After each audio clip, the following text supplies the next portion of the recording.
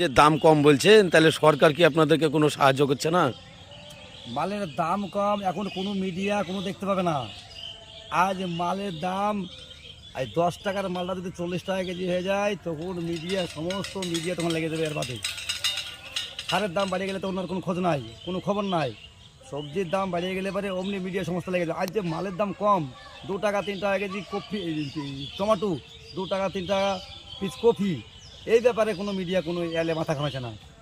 এই ব্যাপারে যদি আমি বলছিলাম সরকারের কাছে একটা আবেদন, এই ব্যাপারে যদি সরকার যদি একটু ভাবতো তাহলে চাষিরা কিছু নাহলে বাঁচত, এটা উপকৃত হতো।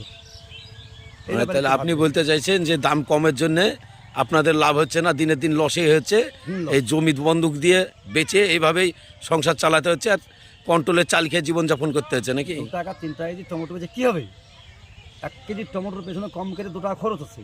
সে তো তাই। তারপরে এক জায়গা থেকে কম করে 20 কিলোমিটার দূরে মার্কেট, সেখানে বহেলে দিতে হয়েছে। তেল 100 টাকা তেলই খাচ্ছি, লাভ কী হবে? আমি এই সে তো ব্যাপারে তাই। সরকারকে একটা আবেদন রাখছি। তারপরে আলুর দাম কম।